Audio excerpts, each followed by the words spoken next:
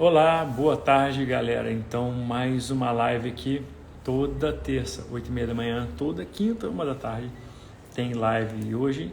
Então, é o nosso manual de instruções do yoga, ou muitas vezes conhecido como manual de instruções do professor, da professora de yoga. Porque aqui a gente tenta trazer conceitos, né, coisas que às vezes são complexas de entender dentro de escrituras ou dos hábitos da prática, né, do hinduísmo, do yoga mesmo, da espiritualidade, para que isso possa ter um impacto direto na vida do professor, realmente, e dos alunos, consequentemente. Então, boa tarde a todo mundo que está chegando aí.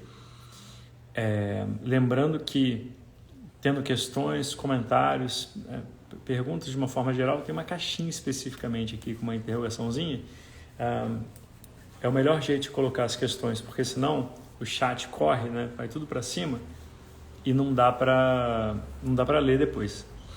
O nosso tema hoje é um tema sempre meio controverso, né? Dependendo de como a gente aborda, porque é uma questão que é uma questão sobre a figura de Deus, né? Ou a deidade, a unidade nesse universo.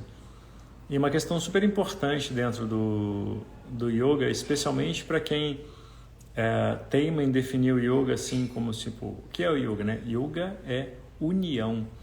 Então tá bom, se a gente for por esse lado aí, vamos tentar entender que união que é essa, como que de fato ela acontece e de que maneira isso pode ter realmente algum impacto na sua vida, né? Não seja só um entendimento intelectual que vai te empurrar para não sei aonde, né? Mas que a tua mente possa acolher essa definição e ela possa realmente nutrir os benefícios disso daí. Porque, assim, como eu falei no outro vídeo, teve gente que não gostou, né? Eu falei, a expressão, né? Que yoga, enquanto teoria, é uma bela porcaria. Bom que rima. Mas é porque isso. Eu não entendo porque a pessoa às vezes se sente meio ofendida com isso. Tudo que eu quero dizer é que, cara, tudo que é teoria só não vai te ajudar. Toda teoria ela tem que ser eventualmente colocada na prática, né? Mesmo, né, pessoal, físicos teóricos, né? Poxa, que um dia isso seja aplicado na prática realmente, que possa, né, te ajudar a entender o universo e possa, né, transformar a sua percepção dele, possa modificar ele. Então, isso que eu quero dizer quando eu digo que yoga enquanto teoria não serve para nada, porque, né, você ficar estudando ali, né, estudando sobre quem você é, estudando sobre o universo, estudando sobre identidade entre você e o próprio universo. Cara, isso aí não leva a lugar nenhum. Né? E os boletos, e as contas, né? E o sentir-se sozinho, e o sentir-se triste. Né? Como que uma teoria resolve isso? Não resolve. Isso aí tem que ser levado para o campo da prática o mais rápido possível. E é importante que seja dessa maneira. E se a gente quiser ter a real potência daquilo que o yoga pode realmente fazer pela gente, né, de fato, né? Então é bem importante, né? Então eu recomendo, altamente recomendo, que toda vez que você ler alguma coisa sobre yoga e estiver estudando isso e não souber como aplicar, que você levante a sua mãozinha e pergunte isso, né? Como aplicar esse bagulho na sua vida. Muito importante. Fala aí, Tolo, beleza? Tudo bem contigo? Espero que sim. Há um tempo que eu já não te vejo nas aulas ao vivo lá. Então é bem importante, tá?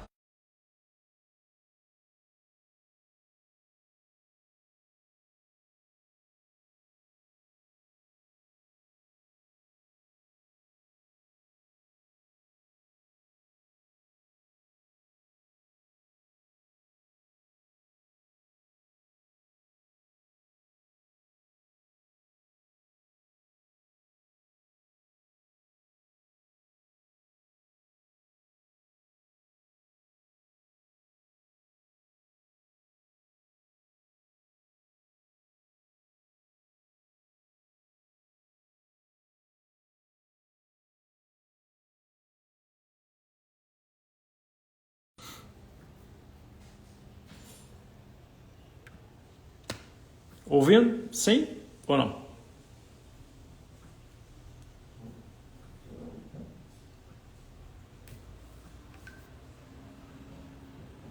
calma aí.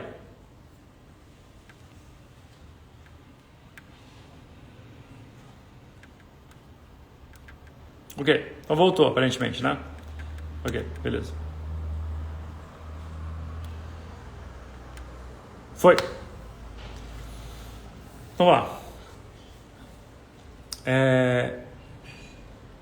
Em primeiro lugar, é interessante que as pessoas elas fazem confusão e o que elas pensam que é próximo dessa confusão, dessa noção de que elas têm de Deus, o que é mais próximo disso não é o que elas pensam que é, né? É o contrário que é verdadeiro. Vamos explicar essa bagunça aí. Eu não sei quem já reparou, né? Provavelmente todo mundo que pratica yoga aqui já reparou e já entrou em algum estudo de yoga e viu várias figurinhas ali azuis, né? Aí tem Krishna ali com as vaquinhas, tem Shiva com o tridente, ele já fica meio assim, né? Tridente, calma aí, essa figura, etc. Tridente, tem umas cobras ali enroladas. Aí vê o outro tem cabeça de elefante, o outro tem uma cabeça de leão, a outra está montada num tigre, né? Um monte de armas. Aí, meu Deus do céu, a outra está ali, né? Toda escura, descabelada ali, bebendo sangue, tem uma saiazinha de bracinhos decepados. Mas que diabo é isso? Fala assim, nossa, mas, né? Fala assim, né? Nossa, o hinduísmo tem vários deuses, né? Que história é essa, né? E a gente aprende na escola, eu me lembro até hoje, né? Falava ali no meu livro. Religiões monoteístas. Aí estava lá.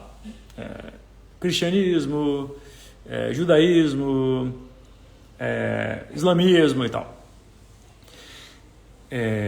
Budismo. Não, aí religiões politeístas. Estava lá. Budismo, hinduísmo e tal. Então vamos lá.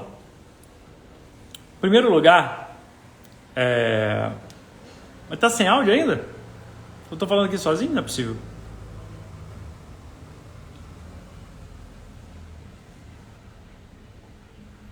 Tá sem áudio ainda?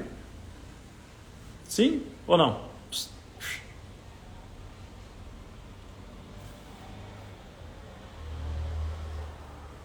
Parece ok.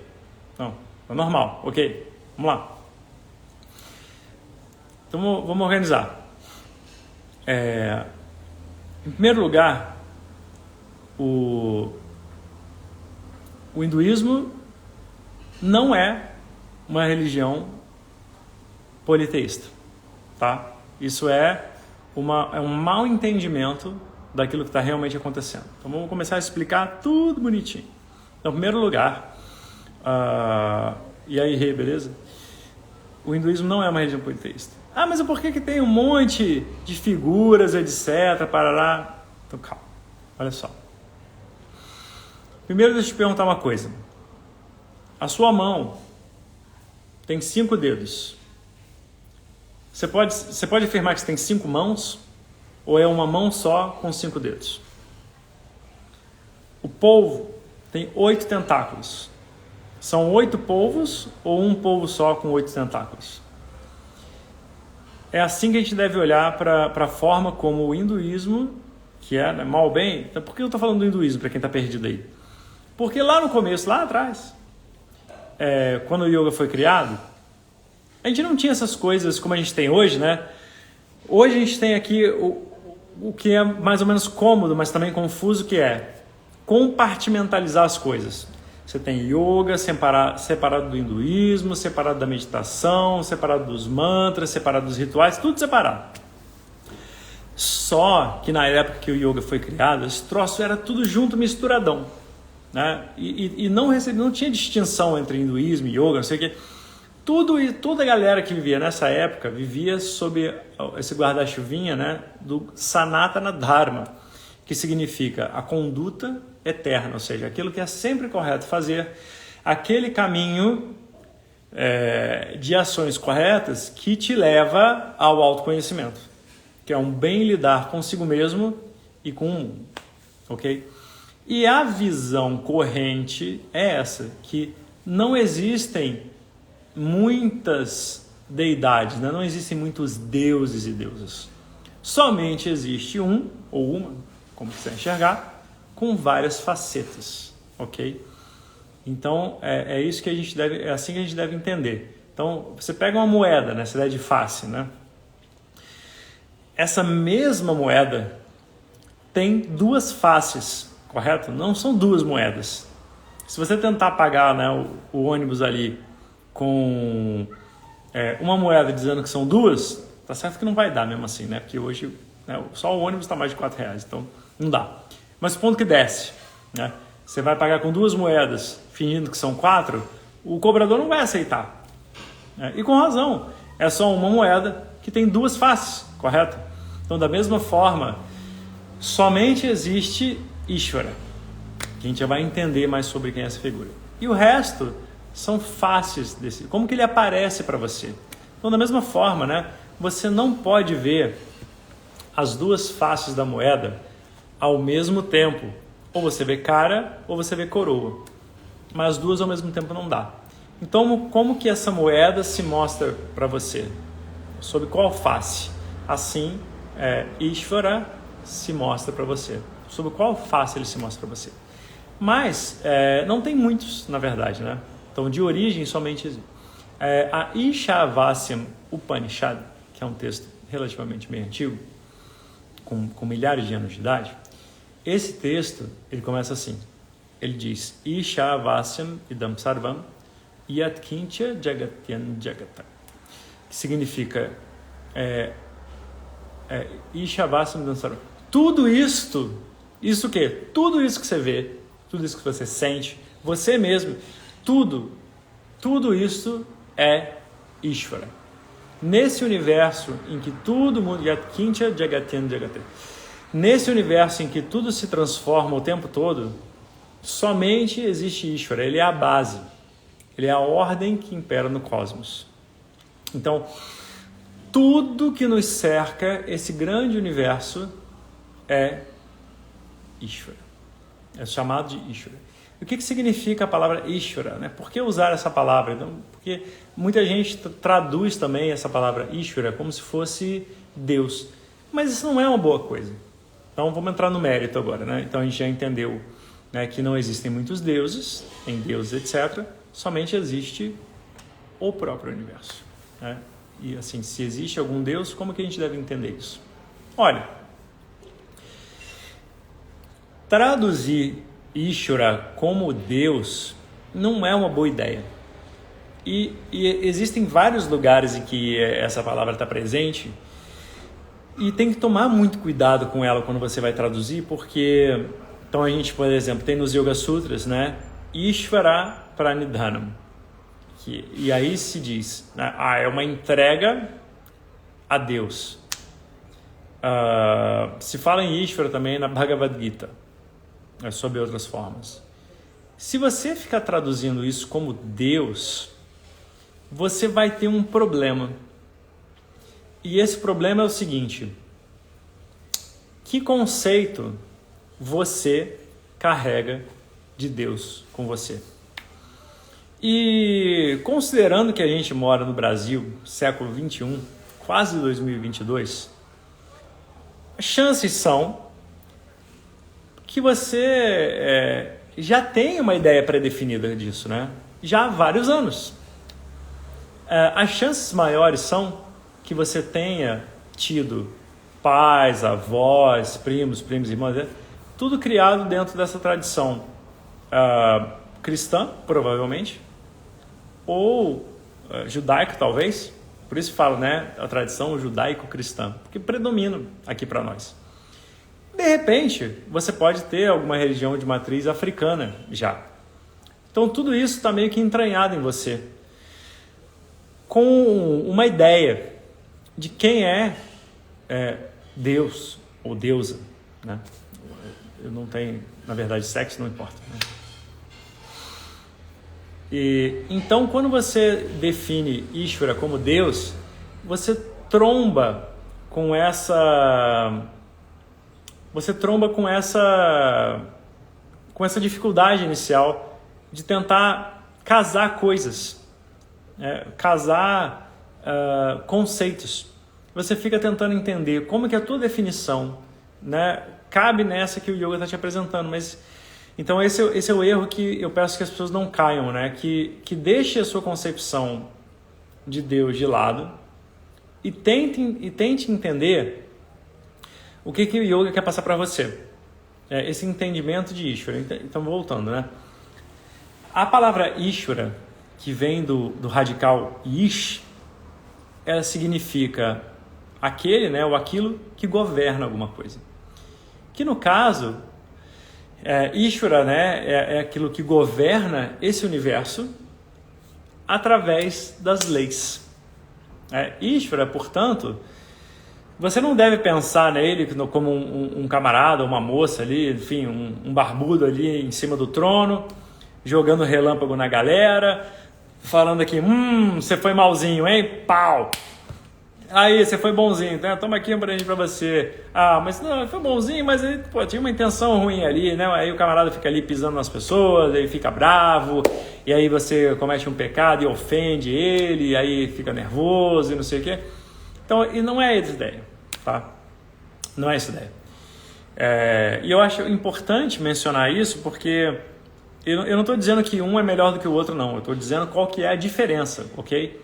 E se você acha um melhor e o outro pior, você que sabe. E não importa isso, tá? Mas o que é importante é que esse tipo de opinião não te bloqueie o estudo, o entendimento de uma coisa que é importante ali para o yoga. Então, por exemplo, né, parêntese. Não sei quem viu os stories, mas depois vai lá ver. Daí eu coloquei ali, né, um countdown, que deve ter expirado já, inclusive, né? Deve não, porque a gente começou.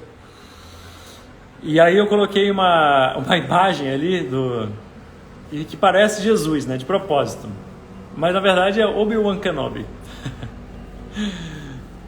Para jogar um pouco com isso, né, o que parece, o que é realmente. Depois você vai ver essa imagem ali. Coloquei até um mini Jedizinho ali de pista só para o pessoal pescar melhor a referência, tá? Mas é que tipo, cara, se Jesus é Deus para você, ok, ninguém vai dizer que não é. Mas assim, em termos de yoga, quando a gente está falando de Ishvara, a gente não está falando de uma figurinha que através da qual você vai colar nela e você, né? Em primeiro lugar, se Ishvara realmente aquilo, né? Aquela que gerencia, que comanda esse universo através das leis,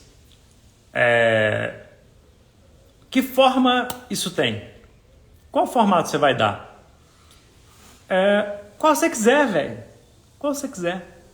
A ordem do universo não está minimamente preocupado com a forma que você usa para se relacionar com ela. Realmente não está minimamente preocupado. Isso quer dizer que, sob o ponto de vista, né, sob o prisma da tradição do yoga, tudo aquilo que você usar para se conectar com essa ordem, para aquilo que é maior que você, para aquilo que você admira, para as coisas que você quer atrair, qual a forma que você quer usar, não interessa. Se fizer sentido para você, assim deve ser. Manda brasa. E, inclusive, é assim que deve ser entendido, né, esses deuses e deusas indianos. São apenas nomes e formas para aspectos desse Ishvara que você pode e quer trazer para perto de você. Então, nesse sentido, não é uma questão de crença. Não é uma questão de crença. É uma questão de observação.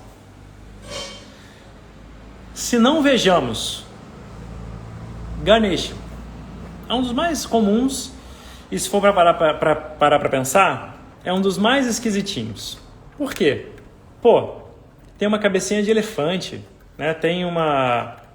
Afinal de contas, né? Como que, né? Uma criança com cabeça de elefante, meio gordinho, como que funciona isso, né? No caso, vou até subir um pouco esse negócio, tá? Tô olhando para baixo, calma aí. Opa, agora sim. Então, como que funciona isso? Uma criancinha com cabeça de elefante, né? Como que é isso, né? Como que funciona? Sabe?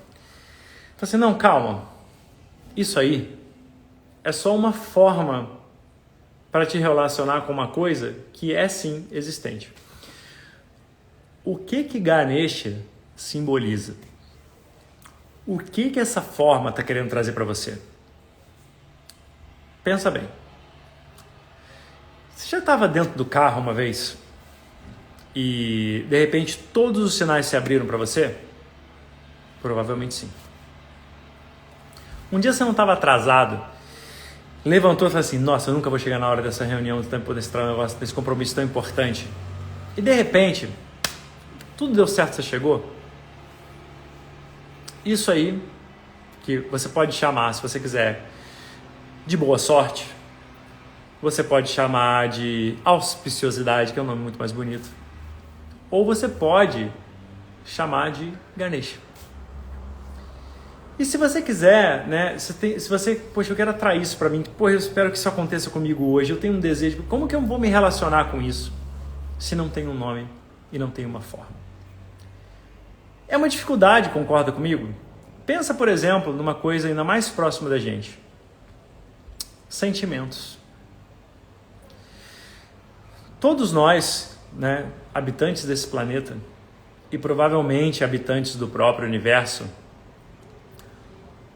todos nós, a gente quer se relacionar com esses sentimentos, né? E quer comunicar para as pessoas esses sentimentos. Agora, como que a gente vai fazer isso se a gente não der um nome? E se a gente não der uma forma? Vamos botar, por exemplo, amor. Qual é a forma do amor? Qual é a forma? Não existe forma. E, portanto, se não for comunicado para outra pessoa, né, de alguma maneira, não será percebido. E a outra pessoa não saberá se relacionar com esse sentimento também, até para te corresponder. Então você dá um nome para esse sentimento, amor. E você dá uma forma também, que é o quê? Beijo, abraço, palavras de afeto, elogios, ações, né, que ajudam, que prezam a outra pessoa. Então pronto, fica ali, dessa forma. Então, eu podia falar para Mahalakshmi, né? Então você pega o quê? Fortuna, recursos, que é pra gente, né? Fica assim, dinheiro, né? Conta bancária de 4 dígitos ou mais, né? De preferência 5, 6, 7. E aí isso recebe o nome de quê? Dinheiro, fortuna, prosperidade. Mas como é que você se relaciona com isso? Né? Uma coisa também abstrata, ter recursos, ter formas de manter uma coisa é abstrato. Como que você dá um nome para isso? Como você dá uma forma? Você quer imaginar, né, atraindo essa prosperidade para você? Então tá bom. Por que não dar um nome? Mahalakshmi. Por que não dar uma forma? Então tem lá uma forma feminina, com dinheirinho assim, né, de ouro escorrendo assim pelas mãos, né? Tem ali segurando 2 lótus vermelhos, indica pureza. Ou então tem um gesto de bênção ali, né, de onde sai o dinheirinho, né, um gesto de bênção assim viradinho para baixo. Então tem um nome, tem uma forma para eu me relacionar com isso.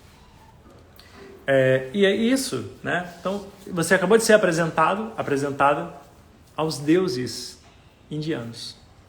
Facetas positivas da própria natureza, do universo que nos cerca. E que não são questões de crença. Isso que é o chocante, né? Não é uma questão de crença. Ou você teria que dizer que o conhecimento, a prosperidade, a força, né? Indra, né? Força. O relâmpago, a auspiciosidade, que isso tudo é questão de crença. E não é questão de crença. Isso é real. É real.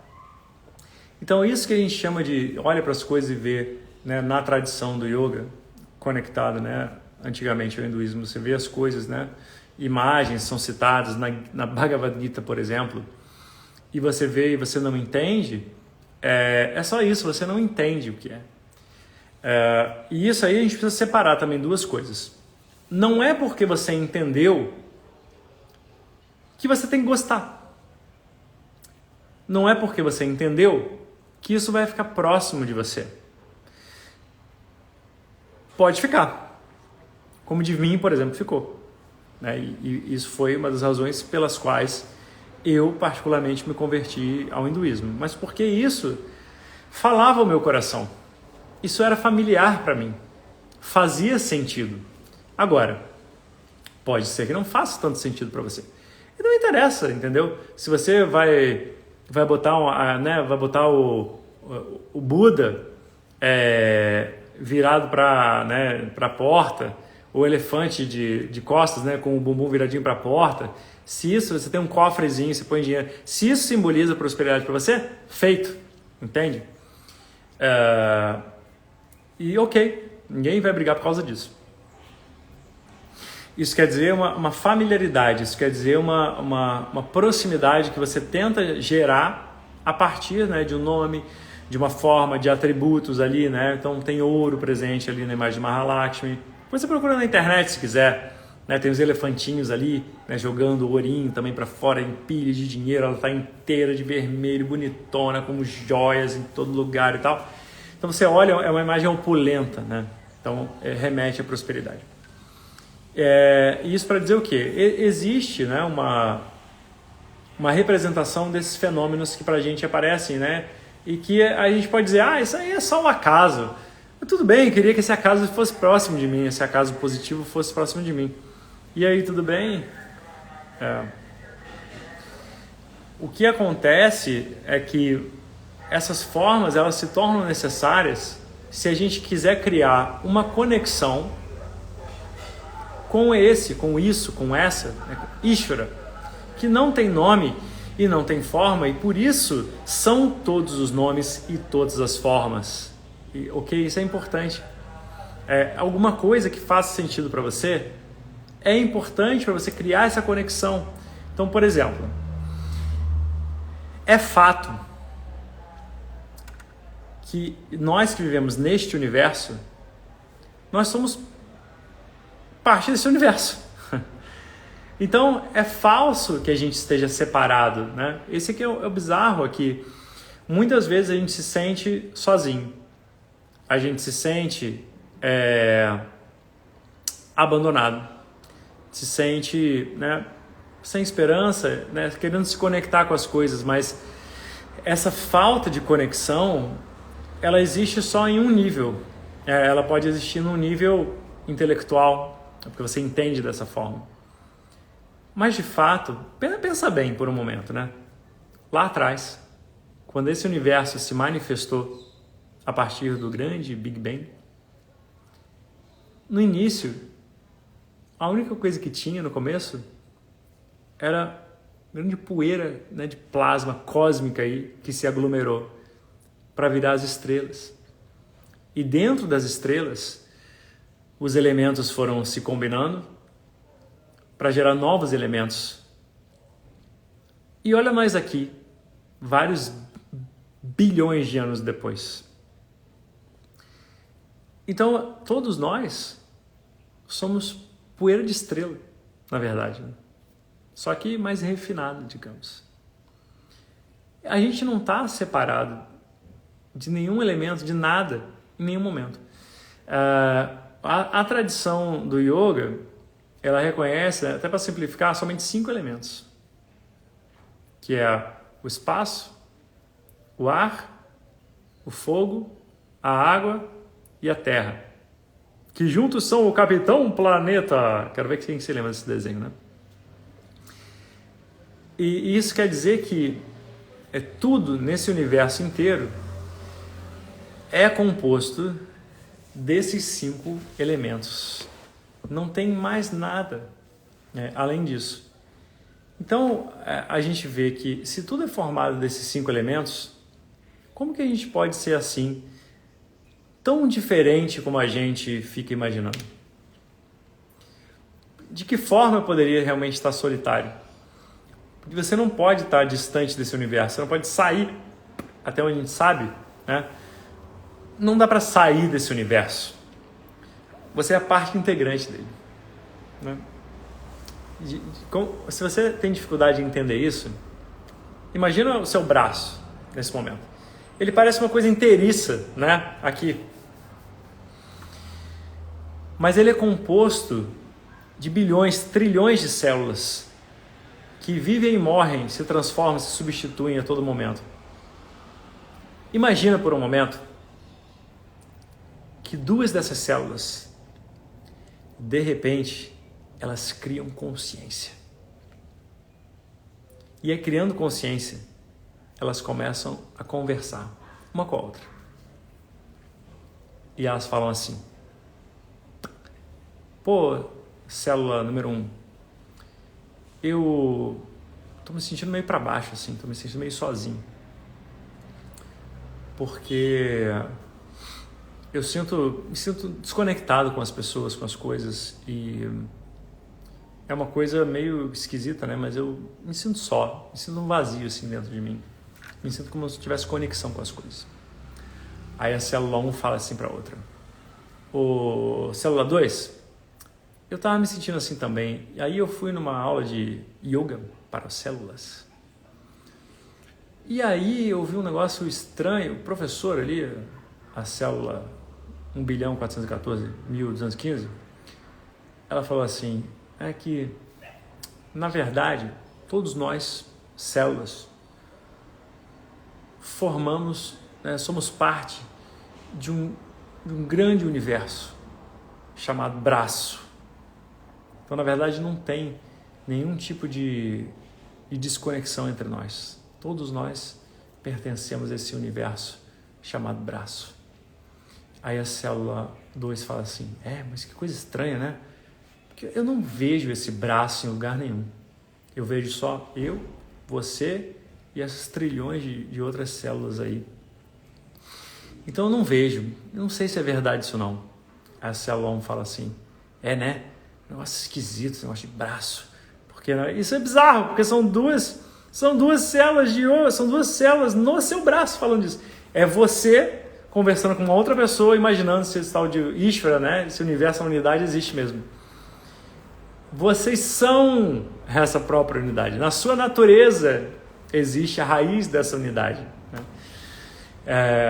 E justamente porque a gente não consegue visualizar, justamente porque a gente não consegue sentir ou intuir esse universo, é que a gente precisa de uma forma de conexão com ele. Essa conexão é feita pelo nome e pela forma que você escolhe, uma coisa que seja importante para você. Certo? Então, aquela forma que você escolhe para representar coisas importantes, superiores, aquilo que quando você olha para aquilo, te evoca bons sentimentos, boas coisas e te lembra de coisas importantes, isso é um veículo para a sua devoção, para aquela conexão que vai além do corpo e da mente, para a sua conexão do coração, que é o último pedacinho que falta geralmente na prática das pessoas.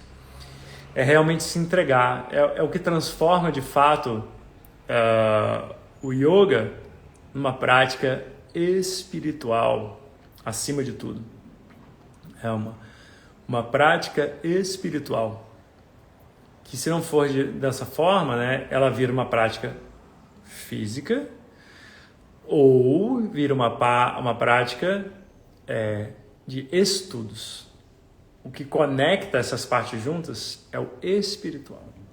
Aquilo que você usa para entrar em contato consigo mesmo, além do corpo, além da mente. Alguma coisa que está além disso tudo. Então é importante essa parte. E aí você começa a ver de uma outra forma coisas como, por exemplo, os mantras usados na meditação, os rituais, né, as cerimônias, por exemplo, num templo, né, ou da frente de uma fogueira, né, da tradição indiana. E das outras tradições, você fala, olha, essa cerimônia, esse ritual, é uma forma de eu usar o meu corpo, a minha mente, a minha respiração, a minha fala, o meu pensamento, para eu me conectar com aquilo que está além de mim. Então, é um veículo, certo? Para eu poder transcender essa realidade primária, grosseira do físico. Entende agora? É uma ponte. Essa forma é uma ponte. Ela pode ser qualquer forma, certo? Não precisa ser o Obi-Wan Kenobi de Jesus Cristo, como está ali nos stories, não. Qualquer forma, certo? Isso quer dizer que só porque você está usando um mantra, você não está migrando de religião. Você está usando um veículo emprestado de uma outra tradição. E assim, se você vê um problema, esse problema está em você. Ele não está na tradição. Inclusive, a tradição hindu, em sua natureza, ela é uma das mais inclusivas que tem. No mesmo altar, você poderia colocar Ganesha, Jesus, um orixá e quem você quiser. E Obi-Wan Kenobi. Não tem problema. Isso é importante, né, ser percebido dessa forma, porque a gente se sente acolhido, a gente se sente bem recebido, a gente sente que as coisas fazem sentido. E o que não faz sentido, eu afasto sem o menor problema. Não tem galho nenhum. Eu afasto. Ninguém vai me culpar. Não existe culpa envolvida nesse processo. Não tem certo, não tem errado. Por quê? Tem a ver com sentimento. Tem a ver com conexão.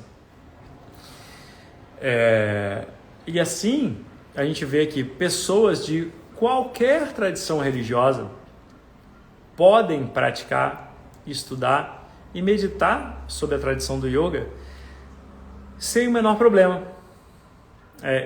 Com muita tristeza, portanto, né? E uma pontinha de indignação, se é que eu posso ser honesto aqui, que eu vejo algumas páginas dizendo, né? E vídeos, um monte de vídeos na internet, com milhões de visualizações, assim, por que cristãos não deveriam praticar yoga? É triste isso. Assim, me sinto mal pelas pessoas que perdem uma grande ferramenta de autoconhecimento, que perdem uma grande oportunidade de usar a sua respiração, né, para ter um pouco mais de controle mental, um pouco mais de domínio.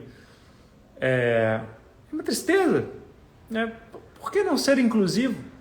Por que não ser democrático? Por que não abraçar as coisas, né, que só querem o bem das pessoas? Então, mas então, é o que eu vejo, né?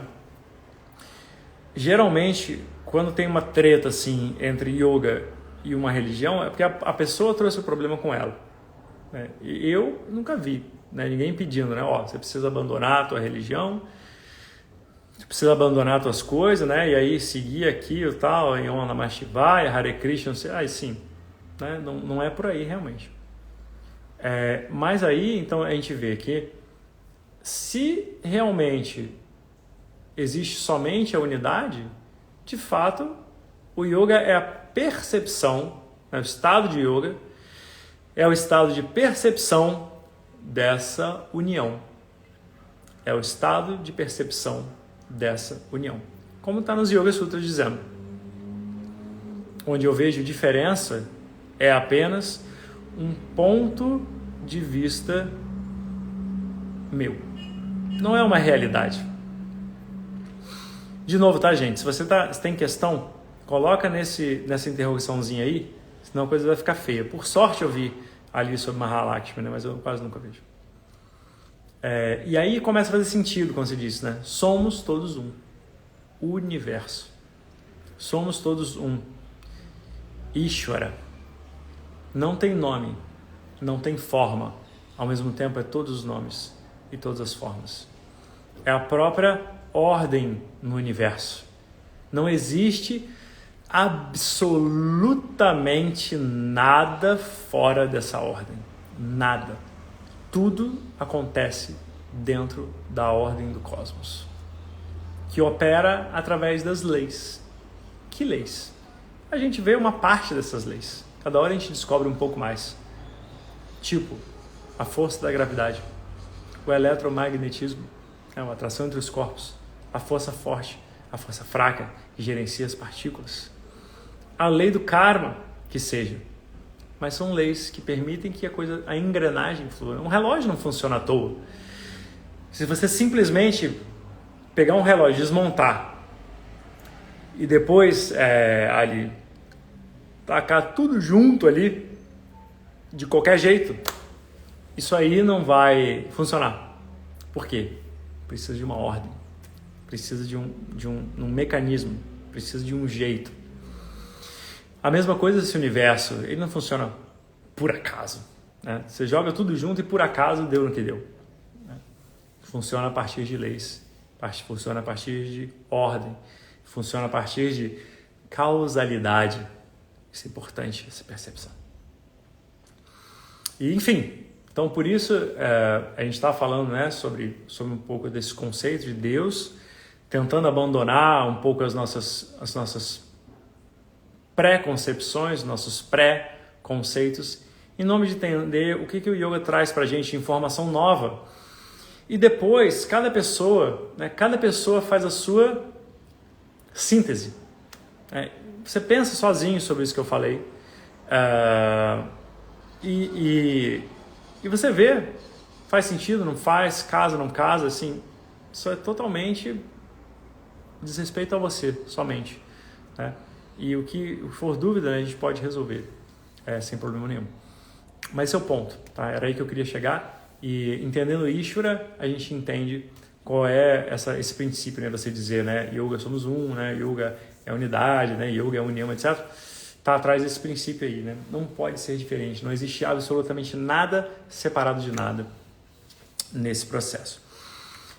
O entendimento dessa unidade do indivíduo, do papel do indivíduo nessa unidade vem através de estudo direcionado, por exemplo, dentro das formações que vão começar, né, agora em janeiro em São Paulo e em fevereiro no Rio de Janeiro.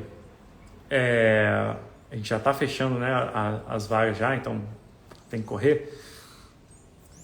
A gente tem os textos que explicam isso, né? Tem um caminho ali didático para fazer ali dentro, para poder entender e não simplesmente aceitar as coisas, né? A gente não deve simplesmente aceitar as coisas na vida, a gente deve tentar entender aquilo que pode ser entendido e acolher aquilo que não pode, mas assim, muitas coisas a gente consegue entender. Isso é bem importante, né? Tentar direcionar a nossa mente, principalmente o que é importante para um professor de yoga é tentar ter a didática para poder passar essa informação adiante. Isso é a didática, é a ferramenta do bom professor. Passar isso de uma forma que dê para ser transmitido, que a outra pessoa consiga transmitir, etc, etc. Isso também a gente dá na formação e no estudo direcionado. Mas enfim, era basicamente isso que eu queria chegar. Eu gosto de falar sobre isso. Se deixar, isso vai seguindo, né? Até onde eu vi não tem nenhuma questão aí. Uma que sempre aparece é se esse bagulho fica salvo, né? E no caso, fica.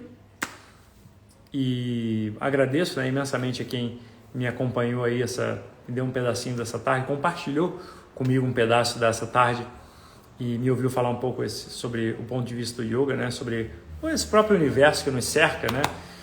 Cheio de mistérios, cheio de coisas novas que a gente descobre a cada dia e tantas outras que eu acredito que a gente nunca vai descobrir e que é legal, né? A gente descobriu... Opa, apareceu uma perguntinha aqui, deixa eu ver. Poderia falar do corpo sutil nesse contexto. Brevemente, porque a gente tem que conceituar as coisas primeiro, né? No entendimento da tradição do yoga, essa realidade ela é feita de camadas. Primeiro tem o grosseiro, que é isso aqui, né? Grosseiro, eu, você, corpo físico, etc, parará, etc. Tá bom, André, beleza. Embaixo dessa camada existe a camada sutil, por exemplo, que compõe a mente, sentimentos, pensamentos, as percepções, etc. Isso é a camada sutil. Então, o universo inteirinho